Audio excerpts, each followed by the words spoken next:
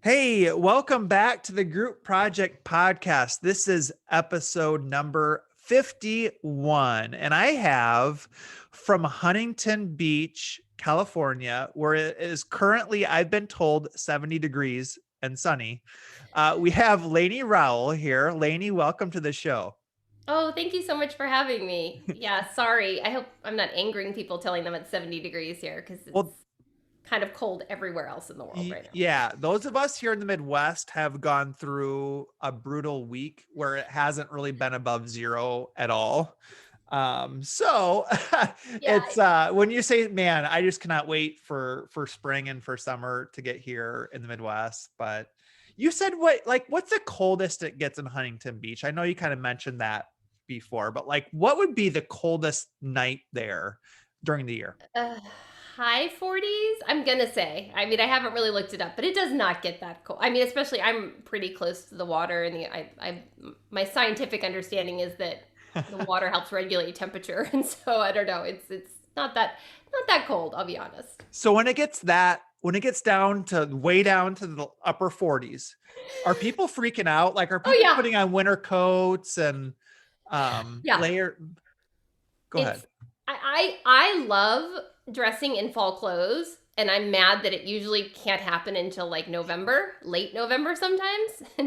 But I am just so happy about it. I'm grabbing the hat, the scarf, the boots. I'm trying to layer up and just lean into it, but it's Nice. pretty rare. Well, hey Lainey, thank you so much. Like a lot of the guests, I've kind of discovered you on Twitter. I mentioned you before the show. It seems like you're doing a lot of cool things here. And you kind of sent me, I was looking at your bio earlier. I mean, educator, consultant, podcaster, you have a TED talk. You have a book that just came out not too long ago that we're going to talk about. I mean, just all kinds of things that you're doing. And you're just, on Twitter and now in person, I guess you could say, just real impressed with your just positive like personality and just outgoing. So I'm just really happy that you're here with me today. Oh, you're so kind. And I know I've said this before, but you have made this experience so amazing. Like I'm taking notes, how to be a better podcast host, taking notes from you. Well, we're definitely gonna get into your podcast a little bit later and a lot of in your book and all that. But why don't you just share a little bit? I kind of gave a little bit of a tease in terms of all the things that you're doing, but maybe just share your experience, share your background, and we'll go from there. Sounds good. So, I mean, I won't start with like the street I grew up on or anything like that, but I mean, I was a psych major and started working at a non public school with kids, and I loved it and decided I wanted to be an educator. And so, did jump through all the hoops that you have to do here in California to become an educator if you weren't a liberal arts major. And then, um, I just loved teaching. I had learned, don't say you're not going to teach a certain grade, because I said I'll never teach kindergarten, I'll never teach sixth grade. So the first grade that I taught was kindergarten, and the next one was sixth grade. And then I was there and I'm like, well, I'm never going to teach first grade. And then I went to first grade the very next year. So it's like, don't say you're never going to do something, because that might just be your way of setting yourself up to do those very things. But it was really, really cool. And it was so fun to go from like having kindergarten experience and understanding the littles and the developmental appropriateness to go all the way to sixth grade and then back down to first grade. And then I looped a group of kids from first grade to second grade as we were opening up a new school. I took half of them to the new school. We didn't have a ton of technology at the school, but it was new. It was an investment, and they wanted us to use it. And I just got really excited. You know, that psych major in me, I actually thought I'd go into special education, and I ended up getting really excited about what technology could do to remove barriers for all learners. And so, kind of spent some time really focused on ed tech. And I still do that, but I'm really focusing on innovation, professional learning. I have a long history with online and blended learning. My district, you could do online learning because of the way we were funded. You know, some places you need that ADA, that funding for the people in the seats, and we didn't need that in my district. So we started online learning. Well, now, gosh, it would be more than 15 years ago. But so that's just kind of some of the experiences that I bring in the world. So, okay, so you went from kindergarten up to sixth grade, down to first grade, did that looping. So, talked about the differences, your as you reflect on that time, what you enjoyed about kindergarten versus sixth grade, maybe some of the not, maybe the things you didn't mind missing from those grade levels. Just kind of reflect on that experience of those two different grade levels. Yeah, it was a real whiplash to go from kinder to sixth, but I loved kinder because they ask so many questions. Oh my gosh, they ask a lot of questions. Like if you want to promote inquiry, go to kindergarten. Like they're already doing it. And so I really loved that. And then when it was time to move to the sixth grade, I was like, I can have conversations. I can make a joke and they're going to get it. This is True. amazing. And the Yes, level very of true. independence, the level of independence was mind blowing. Because back when I taught, this is where I'm going to age myself. I've been in education for 23 years. But when I taught kindergarten, you could have 4-year-olds in your classroom. And I don't know if that still happens anywhere. That doesn't happen in California. Now you have to be at least 5. But when I taught, you could have a 4-year-old in there. And so that's really, really young. And then one of the best gifts that ever happened to me was going from teaching sixth grade to first grade. Because having the background of taught kindergarten, I understand developmental appropriateness, but I also just had this in me to like really push and see, well, what can I do to really foster independence in them? And I Mhm. always kept that developmental appropriateness in the Mhm. forefront, but I just really challenged them and they would rise Mhm. to the occasion. It was so fun. It was really, really fun. So at some point then, and I believe I think I saw in your bio around 2014, then you made the switch to consulting. Is that correct? So there's an overlap, and ooh, now I might not even have the dates on my own timeline, but there's an overlap. So basically, I was in the classroom at the new school. We opened it, doubled our attendance or doubled our student body in like 3 years. It was a huge growth. It was a real learning experience. I learned a ton about leadership because when you're a small school opening a school, you're doing a lot of work and there's not a lot of you to do it. So you're kind of touching Mhm. everything. Mhm. And so there was a point where I was actually splitting my time between a school site and the district office. And then I ended up just going ahead and moving fully into embracing the district level position, the district level leadership. And so I did that for 6 years. There's an overlap because I had Okay. an amazing, amazing boss who was really fine with me going out and speaking and doing other things because he knew I would also be learning and bringing that back to our district. Okay. And Sure. so that was kind of, so there was a natural transition. And then there was some changes coming in the district. It was like a collision of things. It was so crazy. So within a month, the district announced they were going to be making some pretty big changes organizationally. Mhm. I found out I was pregnant, and Apple hired me as a consultant. And that all Oh, happened wow. with like in a month. And Wow. so I went to my assistant soup. And funny enough, I spent a lot of time in elementary, but I actually ended up reporting up through secondary. So I got the full K-12 experience. I spent a lot of time in secondary classrooms, and that was really, really helpful for me to kind of understand the whole range. And I went to him and I'm like, is there a chance you'd give me a leave for a year just to go see if this is for me? And he's like, okay, yeah, yeah, we'll do that. And then at that point, he knew I was pregnant, and he's like, I don't know if she's ever coming back.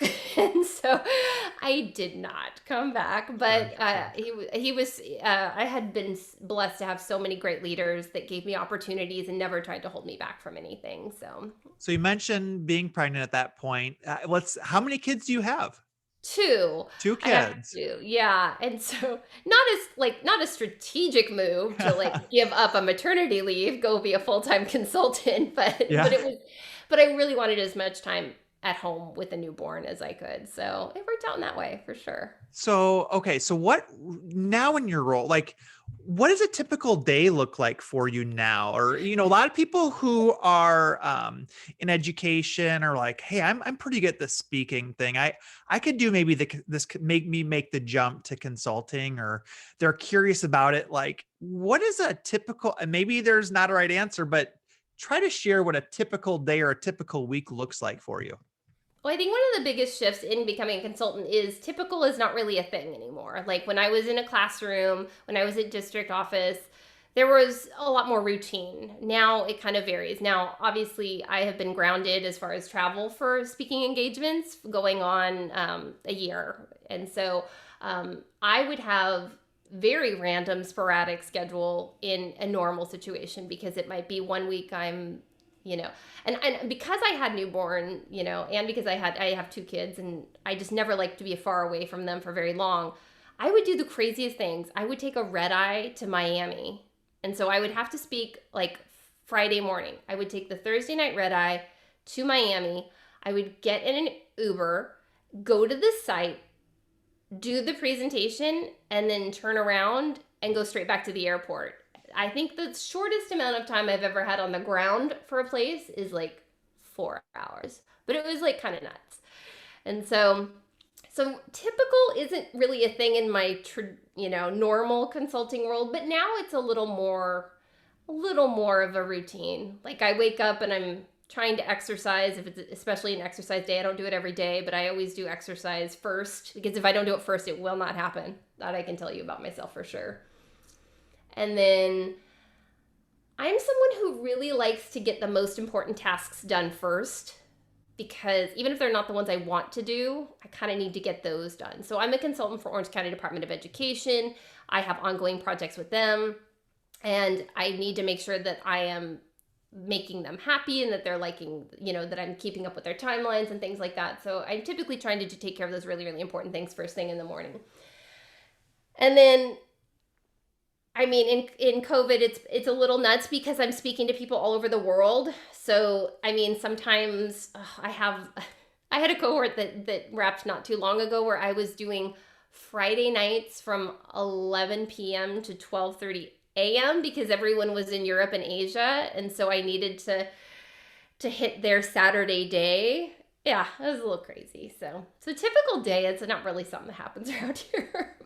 So you talk, okay, so this, let's just talk about that, like the cohort you had in Europe. Okay. So what are you, talking about, or what are you teaching, or what's the topic, or do you have different topics that you're covering, or maybe share a little bit about that? Yeah, so that cohort that I just wrapped was really about online learning. And so this is people truly like trying to make sure they're doing the best practices for online learning because they're still 100% virtual. And so, I mean, I wish I had a crystal ball because I don't know where we're headed as far as if I was to try and aim for the masses, like should we be focused on blended learning now? I don't know, but this group was focused on online learning. And so, I mean, I'll just say it's been really interesting because I have this background in online learning. I've had amazing mentors in online learning. I've helped write standards, the national standards for quality online teaching. Like I that was a very compartmentalized part of my life because that's a kind of a niche pre-COVID. That was pretty niche. And so now it's like, okay, take everything you know from that, try to apply it to the constraints that everyone is currently living in where they don't get the choice that we had in pre-COVID. It sounds funny to say this, but more traditional online learning. Because in traditional online learning, like if you're talking about an elementary student in online learning, like you have an assigned learning coach at home. That's a thing. Like you don't just sign up and say, I'm going to have my 5-year-old be an online learner. I'm like, good luck. Parent walks away. Like they're designated a learning coach at home. So we're in this really weird time where it's like they don't have all those options or requirements even that we would normally have for online learning for certain age groups. And so we're just trying to figure this all out. So I'm trying to take those best practices that I know are really, really good for online learning and say, okay, well, this is how it's going to fit in when you have these constraints that a normal online teacher would not have. For example, we need the kids on Zoom for X amount of time. There's not a ton of synchronous time in a traditional online learning experience. A lot of asynchronous. Gosh, there's a lot of, okay, I got a few questions I want to ask you Sorry. here. No, you're good. You're good.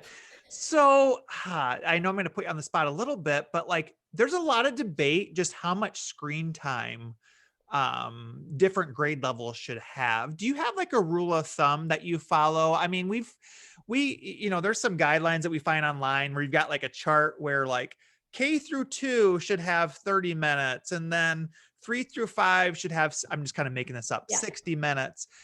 What's your thoughts on that? Do you kind of agree with the general opinions out there, or do you have a different perspective on that? I think I might have a slightly different perspective on that, in that I try to go back to the originators of blended learning and online and go, what were the questions that they were asking without the constraints of what we're dealing with COVID? And it was a lot about rethinking time and space, and how do we give kids choice over pace, path, and place.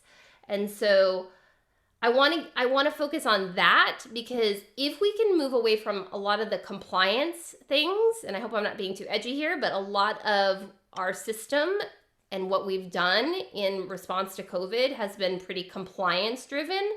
How do we make sure they're attending? And it's been about screen time in Zoom and things like that. So in a perfect world, I understand we have some constraints we can't get around, but a perfect world, I would be thinking about what is the best use of synchronous time, what is the best use of asynchronous time, and then also be thinking about, yes, well, how much time? But for me, it's pretty minimal on the synchronous time. For me as an online learner, or as an online educator, the big shift was super intentional at the asynchronous. How can I deliver content asynchronously that is engaging, empowering, accessible to all, to give them those type of choices so that they can access the content in a way that makes the most sense to them. And so that's and also in online, we tend to focus on like really critical content. We don't necessarily try and cover way too much content, which I think is happening, and maybe even just a little more possible in the face-to-face. We can kind of breeze through a lot more stuff. So hope I'm not going to get any haters from all these comments, but Well, you mentioned like you hope you're not too edgy, and hey, we like edgy. We want, like, I want to hear it from the experts, like what we should be doing, because everybody's kind of just like, well, this is new to us. In Iowa, here in Iowa, I have a feeling that I always think of the coasts as always being like 2 or 3 years ahead of us. So I have a feeling like there was a lot more online learning going on elsewhere besides here. And now we're just kind of like, okay, what do we do? We're definitely just kind of, we were thrown into it last March. And now we're like, we're just trying to figure it out. So I want to hear edgy. I want to hear from the experts what we should be doing. You talked about asynchronous learning. Like, what I hear all the time is like, we can't get kids to do work at home. When and you're kind of smiling there, like you've probably heard the same thing as well. What tips? We have a lot of educational leaders who are saying like, we just can't get kids to do work when they're not at home. We need them in our schools so we know they're doing the work. How do you respond to that? Or what tips do you have for educational leaders? So one of the things that first pops to my mind is, I feel like there's a lot of assumptions being made about why maybe that work's not being done. And so I want to step back actually. Let me just say, first of all, full acknowledgement that in online learning pre-COVID, this was a choice. We had families opting in, we had kids maybe in some capacity opting in if they were older, or at least, mom and dad were so on board with this that they were going to do it and be supported. So we're in a very different situation now where we don't get that kind of like 100% buy-in. So we're going to have to get that, right? That's going to be a bigger job for us in this COVID world than it was when it was people choosing, they were opting in. And so now it's kind of like, this is where they are. But I think that there's a lot of assumption, and I'm a big person about assume positive intent. So I'm going to assume every parent, every family member, and every learner is all in on this and they want to do this. And now I'm going to say, okay, if this isn't happening, what's the problem? What are the barriers? And what can I ask them? And the most successful leaders that I have talked to through this, because we are all negotiating this in real time. Again, this is not what we did with online learning pre-COVID. We had people that were opting in, and that's not this. So the most successful leaders that I have seen, they are reaching out to the families. What do you need to be successful? And they're asking the kids, what do you need to be successful? They're asking the teachers, what do you need to be successful? And they're not assuming that they know the barriers, because to me, that's a big problem when we assume we know what the problem is. And so we got to ask. And so is it access to internet? Is it access to a device? Is it the timing of things? One thing that was, like I said, pre-COVID, if you had synchronous lessons, they were set and they were usually, as minimal as 1 hour a week. There's so many different variations there. I can't even begin to speak blanketly about online learning. But yeah, we're asking a lot of synchronous time. We're taking away one of the biggest benefits of online learning, the flexibility, by forcing them to do all this synchronous stuff. So we got to ask the question, why? What can we do to support you? That's the start. What can we do to support you? And then when things don't happen, okay, what's still missing? What can we do to help? And the word that I use to describe online learning, even pre-COVID, is relentless. Like as a teacher, as a leader, you have to be relentless. There's no like, oh, well, they didn't turn it in, so they don't care. You're reaching out, you're calling, you're texting, you're emailing, you're doing whatever you need to. And that stuff might be a little bit intense in the beginning, but you're creating teacher presence or leader presence. You're making sure they understand you care. And once they know you care, that goes a really long way. Mm-hmm, mm-hmm. What I wrote down there, I love assume positive intent. I love how you brought that up. That is one of my favorite terms that we need to have as educational leaders and in education is going in. And I could totally see it with your personality that you would have that mindset, which, some people coming into education don't have that mindset, unfortunately. But I love that. I love how you brought that up. Let's talk about your book a little bit. Okay. Just came out in 2020, correct? Just came out last year. So it's called Evolving Learner, Shifting from Professional Development to Professional Learning from Kids, Peers, and the World. So, I haven't had a chance to buy it yet. I was looking on Amazon yesterday as I was getting ready for this, and you know how it's got a ton of 5-star reviews. Congratulations. That's awesome. And I was kind of doing the look inside, and how you can do that for so many pages. And the biggest thing is I could tell it's like that like on one of the first pages, professional development versus professional learning, right? So tell me what is the difference there? Yeah. So we start off the book talking about how we didn't write the book because we had the answers. We wanted the answers. And so we kind of wanted to know what are the most innovative and effective ways to do professional learning. And we knew the joists and showers. We knew that you have to have ongoing, embedded. It has to be, you have to have that coaching. You have to have that peer-to-peer. We knew all that, but we really wanted to kind of tease out some of maybe what the barriers were into actually, when do you do something and then it not turn into something, like what's going wrong there. And so we try to differentiate between professional development and professional learning, as professional learning is the learner is way more empowered, right? It's not top down. It's not traditional. It's learner choice. It's innovative. It's personalized. And I'll tell you, one of my biggest things is that it's deliverables, not seat time. So I think that we do a lot of assessing whether or not, professional learning happened by did they go to and I use the word training in quotes for those of you who are listening, because I've kind of come to have a slight aversion to the word training, because my publisher is like, well, you train dogs. And so now I try very hard to be more careful in the words that I use. And we go on to say that we're not saying the phrase professional development is bad. We're just trying to say we're being super intentional here. And we're talking about how can this be learner driven? Where can the choice come in? How can it be innovative? And it's funny. So the book dropped the week of shelter in place, which was not a great drop, but I know it was a bit rough. But we've been so fortunate that it's been really embraced, and it turns out it's actually very appropriate for what we're going through right now, because it's a mindset shift. It's moving from, okay, if I sit in this PD, I'm going to be better. And it's like, no. We're all going to be learning. We're going to learn from our kids. We're going to learn from peers, and we're going to learn from the world. And it's through ongoing cycles of inquiry It's rooted in, one of the themes that came out that we didn't even, it was in the back of our minds, but we didn't intentionally plan for it. It just merged with social emotional learning for all, for kids and adults. And so the second chapter on learning from peers has a ton of SEL practices that are good for adults as well as for kids. And so it's really a shift. And, I know you know this because you're a voracious learner, but, when you're leading, you're also learning. It doesn't matter if you're leading in your classroom or leading at a site, leading at a district office, you're always continuing to learn. We're always evolving and we're always getting better. And so we really, really wanted to just kind of drive home. And there's a lot of professional, or I'll call them PD books out there. And there's some professional learning books out there too.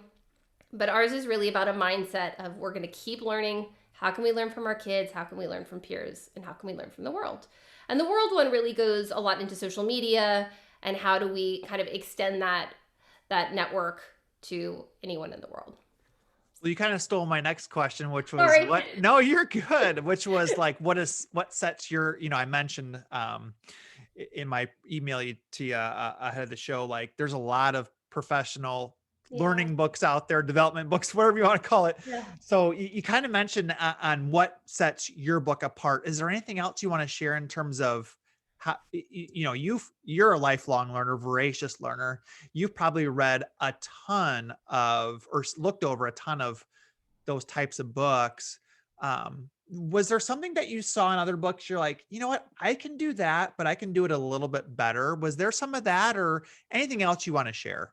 Well, and my co-authors, Christy Andre and Lauren Steinman, are amazing. And we really did want to make this like a learning journey. And so we're not necessarily dissing other models or anything like that. In fact, we bring them in. We talk about PLCs. We talk about coaching.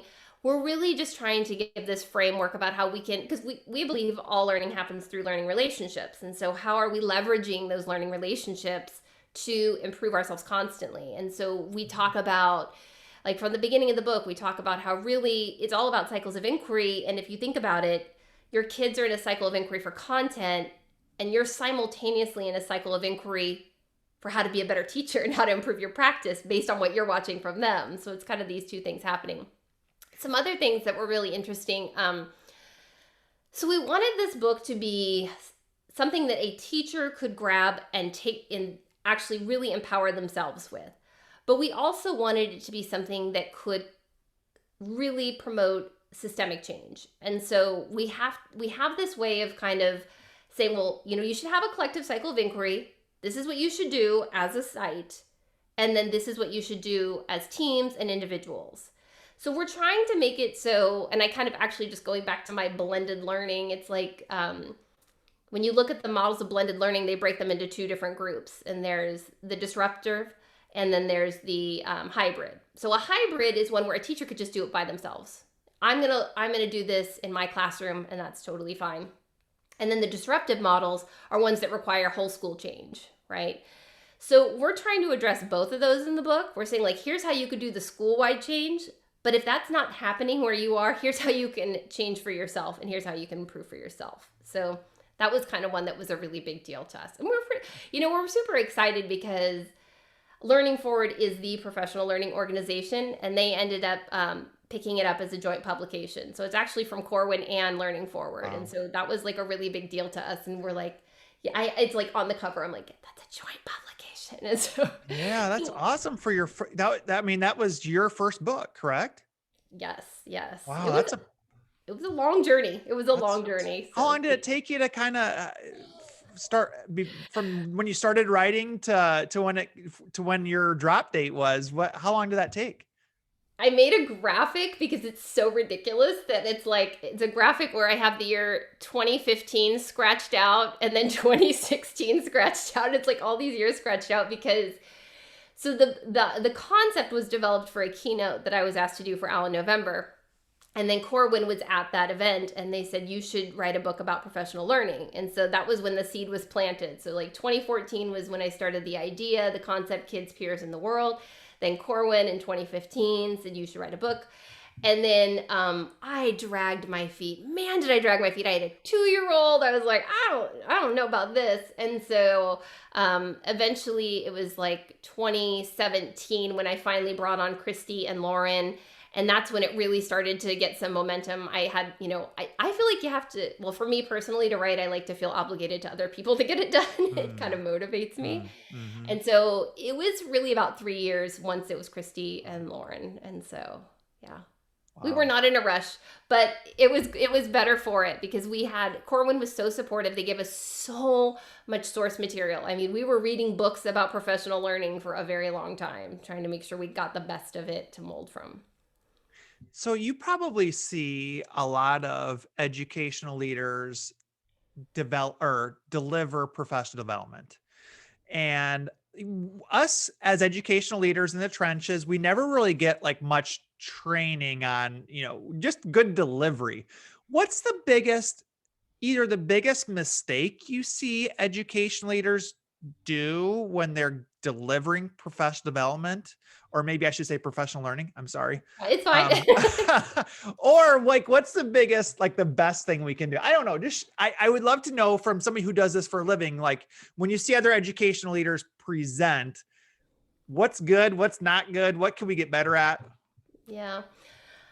So we do have some constraints. I understand that. So I fully acknowledge that. But I'm just going to say that in a dream world, this is my dream world, okay? Let's hear it. Let's hear it.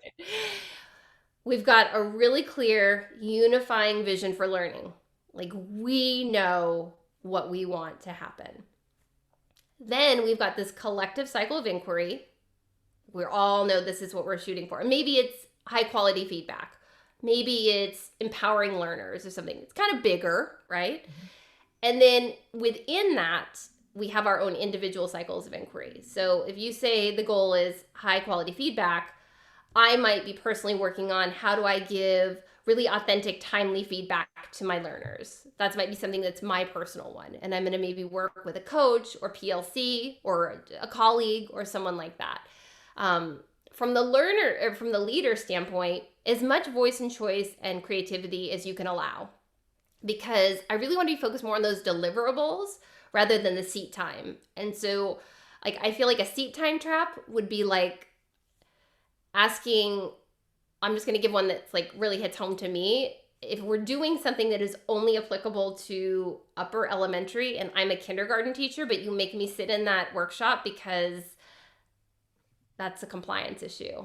Like that really bothers me. So I want us to give ourselves that freedom to say, well, this just doesn't, and that's equity, right? That's the difference between equitable and equity is like what's right for the person. And so I really want it to be that. And then also social emotional learning. And I have gotten better about this, I think, recently than I have previously. The book helped me with that. Writing the book definitely helped me with that.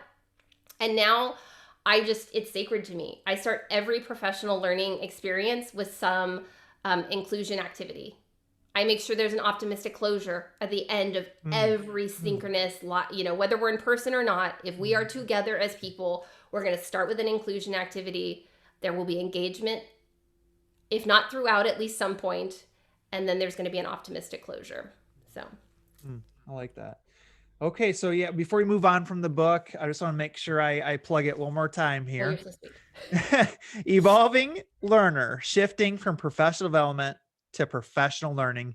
Buy it on Amazon for sure. Can they buy it at your website too, Yeah, I'll or point them to Amazon, or they can get it from Corwin. It's sure? it's on Barnes. It's on all the major ones, Okay. but yeah, Okay. yeah. Cool. Like I said, looks great. Like I said, a lot of for being, pretty new, has like I said, a lot of ratings, a lot of very high rank scores there. So awesome job on that. Thank you. Let's talk about your TED Talk for a minute. Okay. Now, was that okay? So I looked it up, doing my research for this. Did you give that like back in 2000, early 2010s, 12 or 13 or something like that?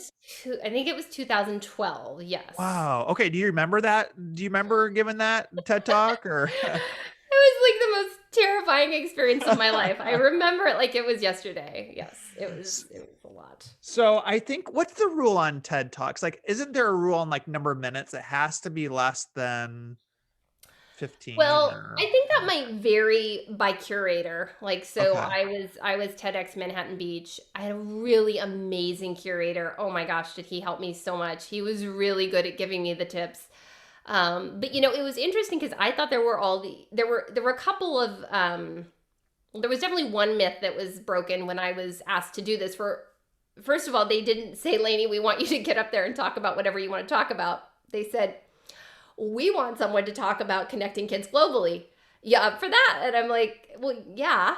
I mean, they knew I was a speaker on that already, but it wasn't the, like, in my mind, the story I had always been told is they seek out the people and they say, you have 20 minutes, speak about whatever you want. And that was not my experience. They just they happened to have picked me because they really wanted that topic. And so that was such a blessing because I can't even imagine the anxiety I would have had if I had to try and come up with the topic myself. I was like, you want to talk about that? I love that topic. It's so a huge passion of mine.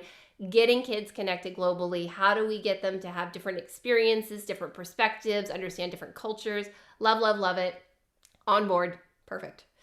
And so I think my talk ended up being around 10 minutes. And to be honest, as much as I remember so many things of how terrified I was for that experience, I actually don't remember if I don't know that they told me 10 minutes. They might have said 15 and I just did 10. I have no idea. But yeah, it's right around 10 minutes. So Yeah, well, I read, I think there's a book called Talk Like TED. It's kind of a book on they look at all these different TED Talks and like what the common themes are about what makes a great TED Talk. And I think it said there's supposed to be some limit on the number of minutes, which kind of forces you to really hone in on what you want to share in that short amount of time. So what I was going to ask you is you had a 10-minute talk. Maybe just give us like, what's the elevator speech of, it was called Learn Like a Kid, mm-hmm. right? Was the name of the presentation.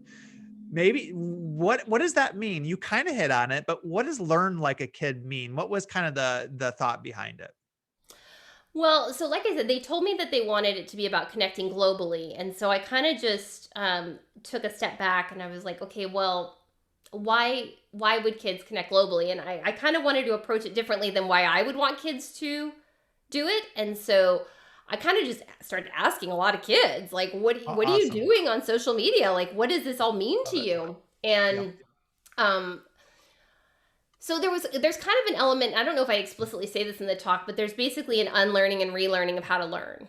And it's that we, or at least me, I'm going to age myself. Like when I was supposed to learn about something, I went and grabbed the encyclopedia, right? And it's like, I need to find Mhm. out about roses, or I don't know, it's a random topic to choose, but anyway, respiratory Valentine's system. Day, you're good. It's Yeah, I relative. know. I'll go respiratory system. Maybe that's better. But and when I asked kids how they were learning, they were not saying, I go to this website or I go to this social media channel necessarily. They were talking more about like who would give them the best answer. And so their thought process for these kids that I was talking to was more about who has the answer, who's the right person to connect with, not the what book, not the what website, who should I be talking to. So it's really like I loved doing that talk because I was able to, like I said, do the research and ask the kids how are they learning, and to realize that for them it's about making these learning networks, about how can I keep people near me who, when I have questions, I can go to them, how can I find people who I Mhm. may not already know to get answers. And Mhm. so I thought that was a really interesting thing to come out of that. Well, I think there's a lot of staff who I wish had that same mindset. I don't know. It seems like I've been in a lot of conversations where somebody doesn't have an answer and they kind of get stuck. And I'm like, why don't you use your network? Why don't you reach out to the other directors who are in that same position in the state? So I love that answer. I think that's awesome. So, okay. So before we switch over to some of the personal growth stuff, let's talk about your podcast, Lemonade Learning. Yeah. Okay. And it sounds like your show, much like this show, was kind of a result of COVID. Like, hey, all right, what's our next creativity thing here we're going to do? So tell us a little bit about your podcast. Sure. Thank you. So it is Lemonade Learning, and I have the best co-host on the planet. Her name is Bree Hodges, and it just so happens Bree and I had connected on social media a while back, but in December of 2019, we were both at a Future Ready event, and we knew each other online, like I said. So I went up to her and I was like, "Hey, how are you? It's nice to meet you in person." And we just started chatting. We totally hit it off. We're in similar space, doing similar work, and so we're just like, "Oh, this is so great to connect. Let's keep in touch." And then COVID hit a few months later, and it was like cuckoo crazy bananas time. And I had been posting a lot of stuff online about how I was coping as a parent, and I had done creating some, like, here's how we can add some structure to the day just so we can kind of keep our sanity, and here's some activities so we're still learning but we're focused on relationships and SEL and all this stuff. And she reached out to me, and I can tell you exactly where I was standing in my dining room, and she's like, can you tell me what you're doing, because it looks amazing. And then I texted her back and I was like, wow, now I feel bad because it is crazy over here. And if I'm putting out something that makes it look like I figured it out, then I'm really misleading everyone, because it's crazy. And so we were just talking on the phone, and everything she was saying, I was like, oh my gosh, that's so smart. That's so amazing. And we just were having this really in-depth conversation about what it's like to be an educator and a parent. And I said, we should do something together. How do you feel about maybe doing a podcast? And I had done a podcast, oh my gosh, like circa 2005 for my district. And it was like really old school. It's no longer there because it was for my district. But I said, because I had spent so much time carefully curating and really highly polishing the book.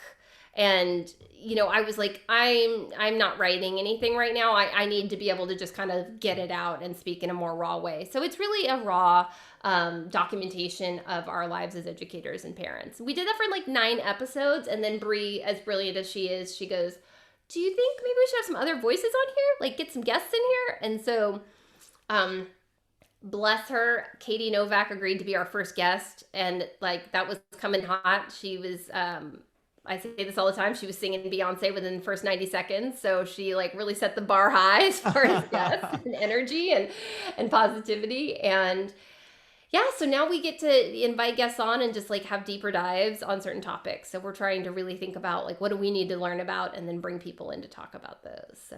So you mentioned the Katie Novak episode. If people are listening and if you're saying like, check out this episode, which one episode, and I'm sure you love all of them for different reasons. It's very hard to pick like one to point to, but what would you say, like, hey, if you want to check out an episode to get started, where would you direct people to go listen? Oh, you're going to be really mad at me because I'm really not going to be able to answer that. I mean, the Katie Novak one is so good because she talks about UDL. We gave her 2 episodes. We were trying to figure out the format and how long could we go with an episode. So we ended up splitting hers. And the first one's really about UDL for our learners in the classroom. And then the second part's really more professional learning. We have so many good people. It's really hard. If you're looking for more of leadership, then we've got like Joe Sanfilippo and Tom Murray. And we're about to release some other ones. Dave Burgess is coming up.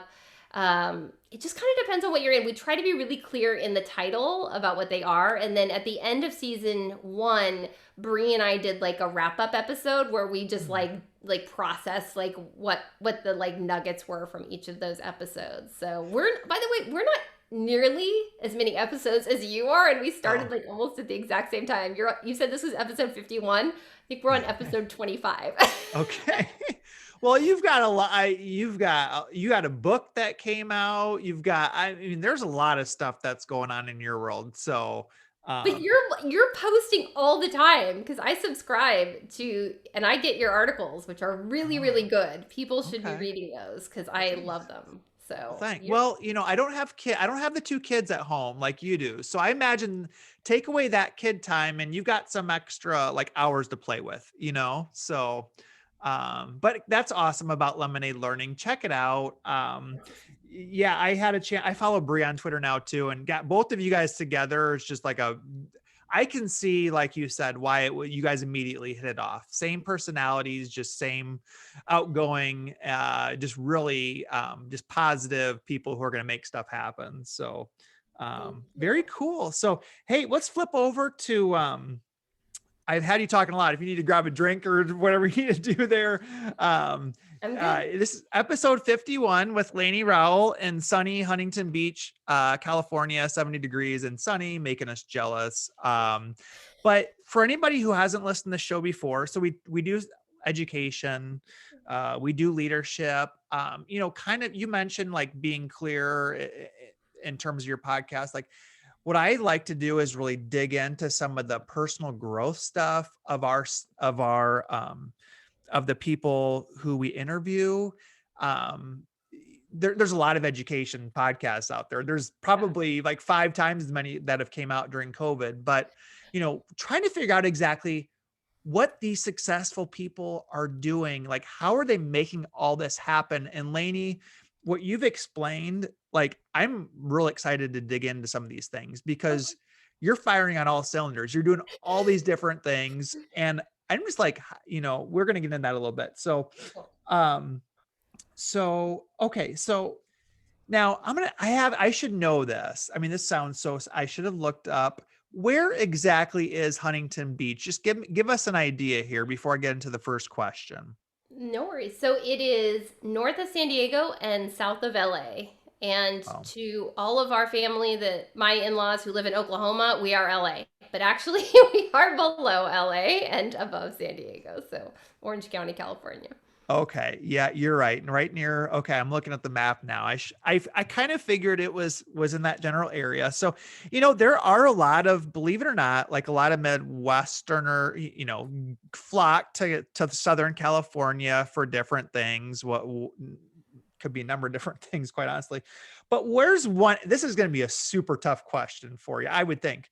Where's one place, if we're in the Huntington Beach, California area, where's one place we just got to check out? So this might surprise you. I don't actually consider that a hard question. So there is an area here called Pacific City, and it's relatively new. It's only been around a few years. And so we have our downtown Huntington Beach area, which has been restored, and it's looking pretty spiffy these days. And then a block over is this, it's called Pacific City. It's got wonderful shops and wonderful restaurants, and it's facing the ocean. The whole Wow. thing. You're like shopping and you look out and you see the ocean, which is just amazing to me. It's got a hotel attached to one end of it. It's got my gym, which I haven't been to in a very long time, on the other end of it. It's like my happy place. And whenever people are like, we want to come visit, where should we go? I'm like, oh, you should just get a place. So you can say Pacific City or downtown Huntington. Either Yeah. one, you're going to be pretty much in the same place. But it's walking distance, and it's like you're just surrounded by ocean. It's so pretty. So best restaurant, and it could be in that Pacific City area or just in the general area. What's your top restaurant? Oh my gosh, I love food so much. I mean, this is like asking me my favorite child. I would say, oh gosh, this is so hard. Okay, I'm gonna go with oh gosh, there's so many different types of food that I like. There's really nothing that I don't like, but there is a Simsies that is kind of actually American food, just fresh, and it's just like right on you're staring at the ocean the whole Man, time. that That's one sounds of my amazing. favorite ones. So What was it called again? it's called Simsies.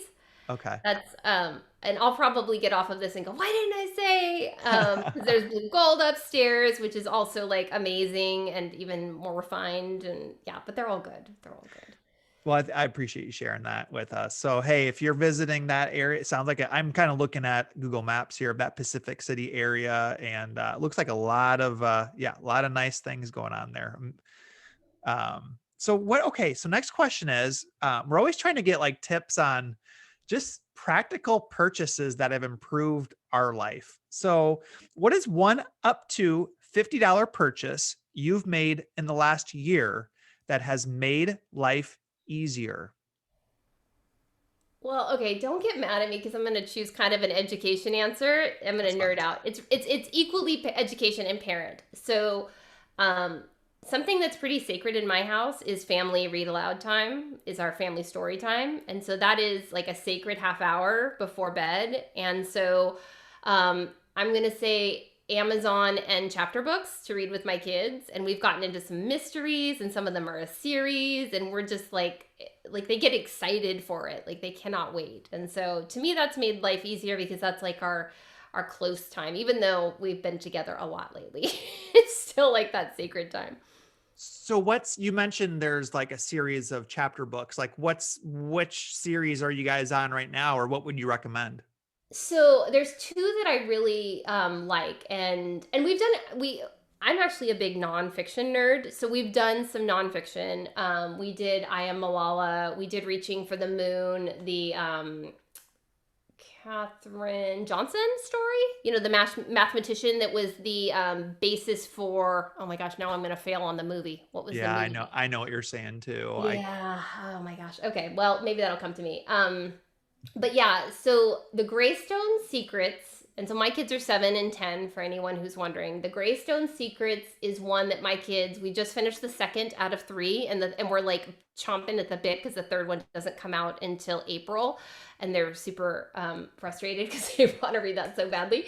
And then the Shakespeare Mysteries, we read the first one of that, and we are queuing up the second one right now. So it's really special time. I'm a big Jim Trelease fan, so I don't know if any of you have heard of the Read Aloud Handbook, but I really nerd out on like family story time and reading to kids and all that stuff.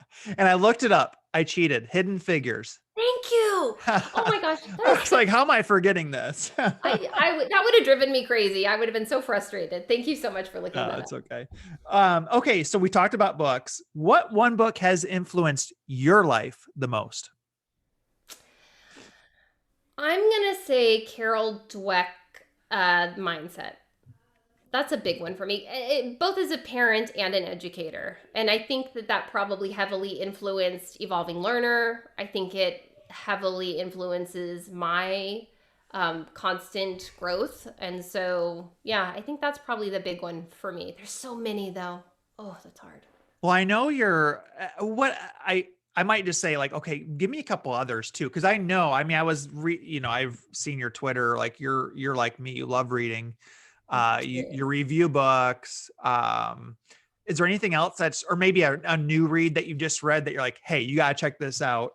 Obviously, besides Evolving Learner, but That's what great. else? What else is out there that you're like, oh, I just read this or a new release? Anything else you can think of? Okay, so I'm going to cheat because my bookshelf is right Do over it. here. Do And it. so I'm going to say Permission to Feel, Mark Brackett. Very good. Um, I am also going to say Lifelong Kindergarten, Mitch Resnick. I'm going to say, I read, I am a huge, she is, full disclosure, she's a fan or a friend, but I'm a fan of hers, Katie Novak, Equity by Design. Just finished that. And then what else? What else? I'm a big Dan Pink fan. I've pretty much Huh? I bowed almost all of his books. So, and I listen to a ton of podcasts. Can I throw that in there because Throw I'm it a big out there. What's your podcast. favorite? Yeah, what's your favorite podcast?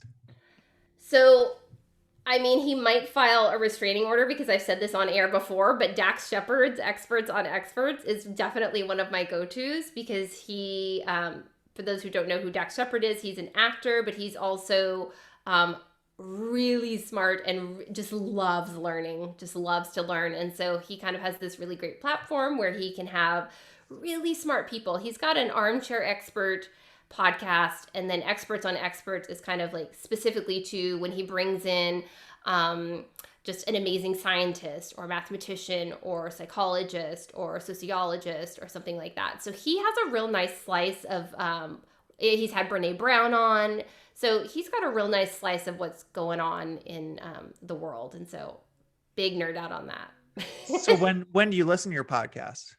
I'm a big yogi, but I'll have to say I've really not been doing a lot of yoga in COVID, because for some reason I'm motivated when I get to go to my nice pretty gym that faces the ocean in Pacific City, but I'm not as motivated to do yoga in my living room with my family watching me. So my go-to has been riding my bike and listening to podcasts, and I do that as often as I possibly can, and I just absolutely love it. I'm not always listening to educational podcasts.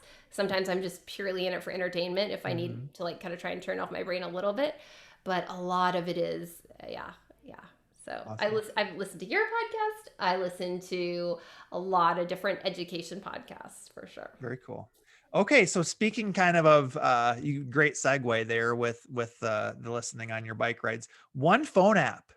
Okay, what is one phone app that has positively impacted your life?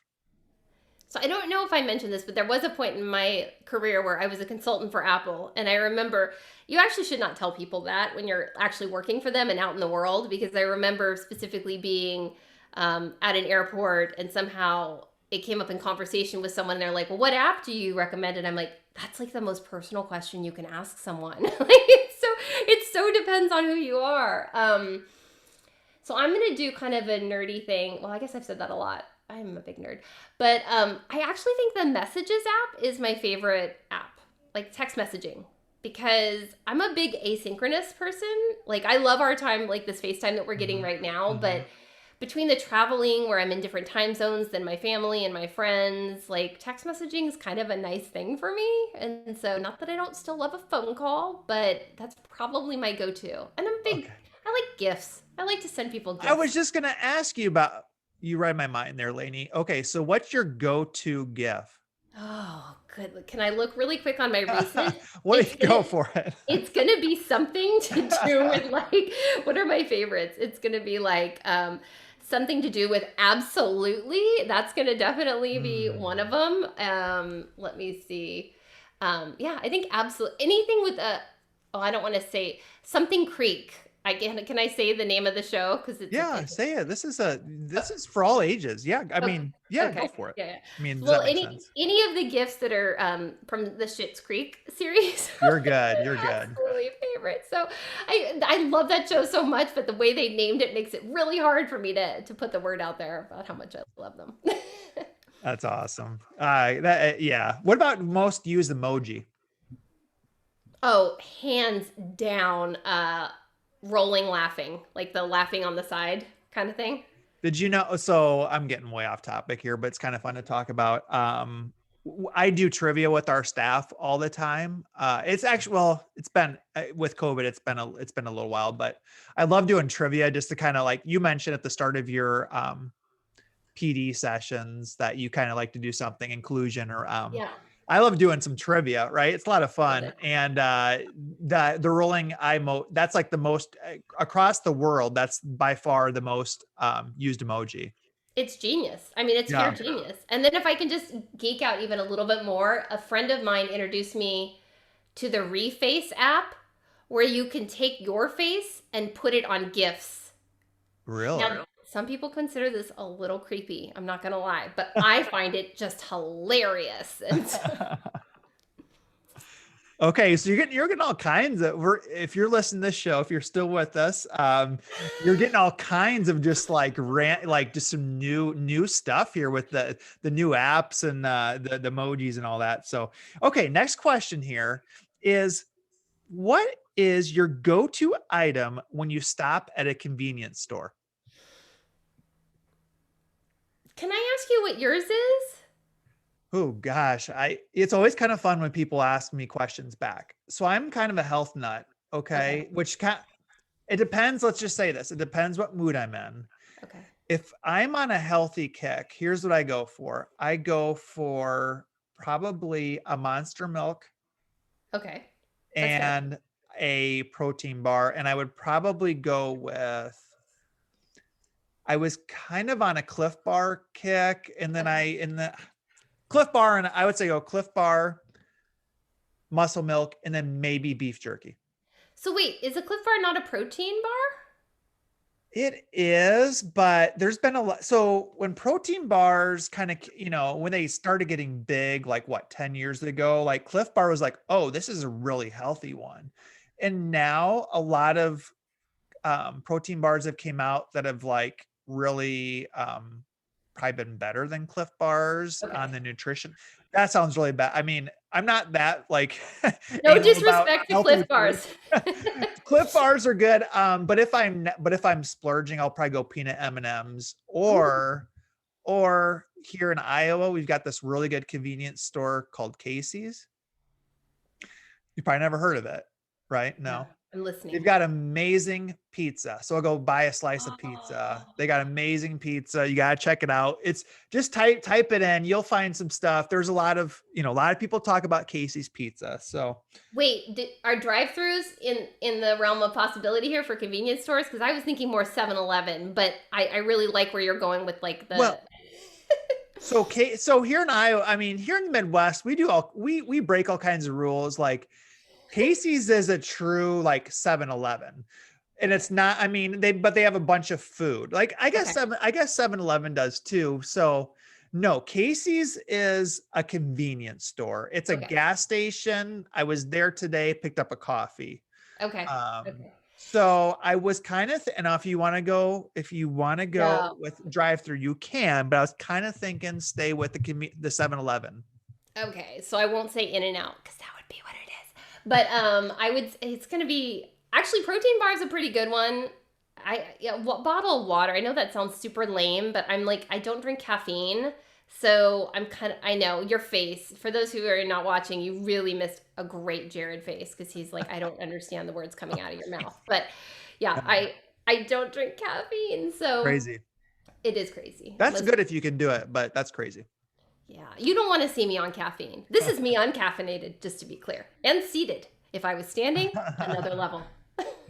So, okay. So bottled water. Okay. So let's dig in a little bit on the bottled water. Like what, is there a specific brand? Does the brand matter? No, I'm not that picky about water. Okay. No, I just, I feel better when I'm hydrated. I tend to like not like to drink water, so I'm almost forcing myself to drink water. So if I have to purchase something, it's probably going to be water just to remind myself to Okay. drink it. Okay. I know. Really not a very colorful answer, sorry. That's all right. Okay. We're gonna get real serious for a minute here. Can you recall a job you applied for but did not get? Oh yeah. And what Check. did you learn? What could you share a little bit and maybe what you learned from that experience? Yeah, I mean, I don't know if it's anything super profound, but I did. So I applied for when I was at the district. I applied for a position at the county, Orange County Department of Ed. Which, if you've heard me say that, it's because yes, I actually am a consultant for them now. But I applied for a coordinator position there, and I was up against someone who it was a lateral move. They were coming from LA in the same position, and they would be moving to Orange County in that position. And so I did not get it. I was heartbroken, and yeah, I think probably the thing that I learned is just go for these opportunities. If it doesn't work out, it might be for the right reason. And so now I get the best of like everything because I am a consultant for Orange County Department of Ed, where I get to work on really good projects. They have amazing people over there, and I still get to learn and work with those people. But I also get to work with people all over the world. And so in this very perfect for me scenario, I get the best of both worlds. So So if somebody wanted to, I kind of asked this earlier a little bit, but if somebody wanted to jump into consulting or speaking, like what's the one tip you have for them? You've been doing this for a number of years. yeah. What would you say? I'm just gonna say, I think we all have our different path to this, and I never set out to be a consultant, not even a little bit. Like this is, if you had asked me, I don't know, 15 years ago, do you see yourself there? I would say absolutely not. But I think probably what happened is that I said yes to things even when I was scared to do them. Hmm. And so I said yes to speaking even when I didn't necessarily feel, the imposter syndrome, right? Like I didn't feel like, Mhm. what do I have? Like teachers are amazing. What do I have to offer them? And then that's kind of something that's been a little bit of a rule to myself, is that I'm not allowed to say no to something just because I'm scared to do it. I have to try and take that leap. And so I think putting yourself out there is what creates these opportunities. You know, you do a podcast, you do presentations at a conference, and for a long time I was doing stuff for free. It wasn't like people like day one were like, you've never presented before, I'd love to write you a check to come and present to my people. It was like doing a lot of it locally and at conferences and things like that, and trying to build up those skills. So we've covered a lot. What's your one big goal right now? Learning out loud, hands down. So I've been on Twitter since, gosh, I'd have to look up the exact date, but I think it's probably a month after Twitter launched. Like, I'm a pretty early adopter of Twitter.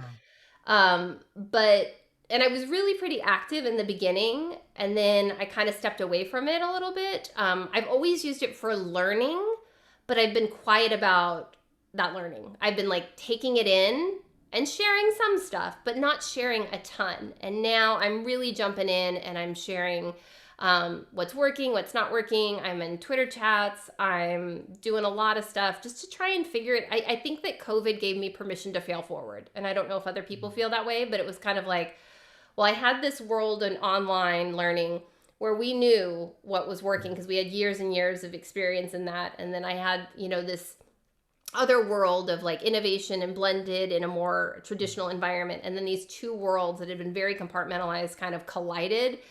And that really gave me the permission to just say, you know what, I'm just going to figure it out as I go. And so I share a lot more stuff, and I'm a lot more vulnerable now than I used to be. And I think that's something I want to try and hold on to. So you're all very active on Twitter, and Twitter's become such a negative place the last couple of years. How do you have any tips? Because it's easy to hop in, it's easy to log into Twitter and just get caught up in, it doesn't matter what it is, just negativity. Any tips for avoiding that? So I was actually talking to Stephanie Rothstein about this today, because she and I are both like really active on Twitter, and we were kind of having this conversation like, how can we talk to people about how to get the best out of Twitter? Because a lot of times I'll hear people say that Twitter is sludge, there's nothing but garbage, and I'm not going to say that's not true, but what I will tell you is that I have curated in a way that I don't see that. So I follow people who are positive. I search for hashtags that relate to my work and how I can solve problems of practice that I'm looking at. And I'm just really, really crafting the experience that I want to have. Now, I won't go down this rabbit hole about algorithms and how filter bubble and all that stuff, because that stuff just gets kind of depressing. But at any rate, I'm doing my best to craft the best things. I have never once clicked on the trending topic on Twitter and said, that was a really good use of my time. Gosh, I'm glad I clicked on that. Never ever can I say that has been a good That's so experience. true. That's true. Clickbait. That's the stuff that's going to take me down a rabbit hole. I tend to find a lot of hate down those rabbit holes because that's the thing that everyone's talking about right now. So they tend to be pretty fired up on it. So I prefer to stay focused on following the people who are going to help me. And that doesn't always mean agree with me. And I do think that's an important thing. It's not about just getting into an echo chamber. I want to find people who challenge me as well. But I'm really trying to be thoughtful about how to stay focused on what I need to learn and grow, and not get pulled into the stuff that's negative and just going to bring me down. Do you have any other productivity tips? I mean, you seem like the type that thinks about this. Like, how can I make the best use of my time? Do you have any other tips that you could share? In general, not just to do with social media? Whatever comes to your mind. So one of the things that I have thought about a lot for a while now is that Covey 4 quadrants. I don't know if you're familiar with this. So Absolutely. It's like, yeah, it's pretty popular, right? It's that urgent, important, that urgent, not important, that urgent. I don't know. Now I'm going to forget which ones I already said, but you know what I mean. And so, Yep. so avoiding the not urgent, not important, trying to really stay focused on what's important, that's a big deal to me. So that's why I'm trying to organize my day where it's like, what are the important things that I can knock out because in the morning, like that's get that stuff taken care of if I can. It doesn't always work out. Sometimes I have other commitments or things that are going to pull me in a different direction. But, and then for me personally, I am very big on relationships, and I don't know if I'm always successful with it, but I want every interaction that people have with me to be as good as it can be. Like, I want them to walk away saying, like, that was a great interaction, that there was value in that. So a lot of times, and maybe I spend too much time on this, but I try and think about how can I make the interactions with other people better, because I want to value their time and I want to make sure that I'm feeding into them, because they're feeding into me. Love it. Great answer. Hey, we've covered so much. This has been awesome. I just love, I mean, I feel like everything you're talking about, I'm like, oh, I want to hear more. And I just really agree with some of your philosophies. But is there anything else that we didn't talk about? We talked about a lot that you were hoping to share. I mean, yeah, I'm a bit of a jack of all trades. So there's a lot of things I could delve into, like inquiry based learning for adults and kids, but that can be another day. I think the one thing I do want to say, because sometimes I come in pretty hot and I've like got these ideas, and I try to remind myself that my way is not the only way. And I want other people to hear that too. And so one of my favorite words is equifinality, and it's a nice $5 word, and it just means that, there can be different events leading to the same result. And so there's not one way to teach. I think teaching and leading is as much an art as it is a science. And so just because something works for me doesn't mean it's going to work for everyone else. And so I think we have to embrace the equifinality that is in our role, whatever it is in education, and just know that I think there are some truths that we can all agree on, like relationships are important. But how you develop those relationships, how you maintain those relationships and maintain that community, that can happen in different ways. So I think if we can embrace that equifinality, I think we're all a little happier. Awesome. Well, we talked about the book. We talked about Twitter. We've talked about your podcast. Is there any, if people want to connect with you, it sounds like you would love to connect with other like-minded people. Where would you recommend they contact you at? I want to connect with all people, even if they're not like-minded, because I will, I Or will, I will learn yeah. from them too. I know that's not what you mean, but I just want to be clear. Yeah. I'm happy to learn from people who stretch my thinking and make me question everything. So, what is that? The Adam Grant book, which is on my list of, it's like Think Again, I think is what it's called, Huh. where it's like we have to rethink everything. So that's one of them on my list. But you can connect with me. I am Lainie Rowell, across the web. So that's Lainie, and then Rowell, like Powell, Rowell. So Lainie Rowell everywhere. Lainie Rowell at Gmail, LainieRowell.com, Lainie Rowell on all the socials, maybe even TikTok, but I haven't put anything on there yet. So Oh, so you are a TikToker, huh? You at least. not really. You know what else is Clubhouse? I got the invite to Clubhouse, and I'm terrified of it. So no, I'm just kidding. I don't know what that. I don't know what that is.